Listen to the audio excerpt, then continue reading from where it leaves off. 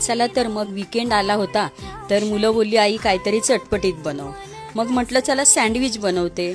मग घरात मी हिरवे चणे भिजत घातलेले होते ना, तेच कुकरला लावून घेतले, 4-5 शिट्ट्या करून घेतल्या आणि मग ते मॅश करून घेतले.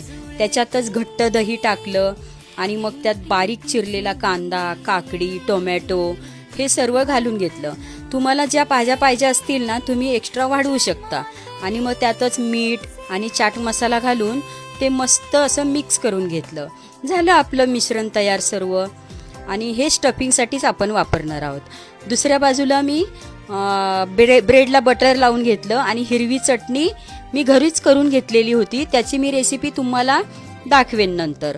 आणि हे स्टफिंग छान असं लावून घ्यायचं ब्रेडला आणि दुसऱ्या ब्रेडलाही बटर लावून घ्यायचं आणि त्याच्यावर ठेवून द्यायचं.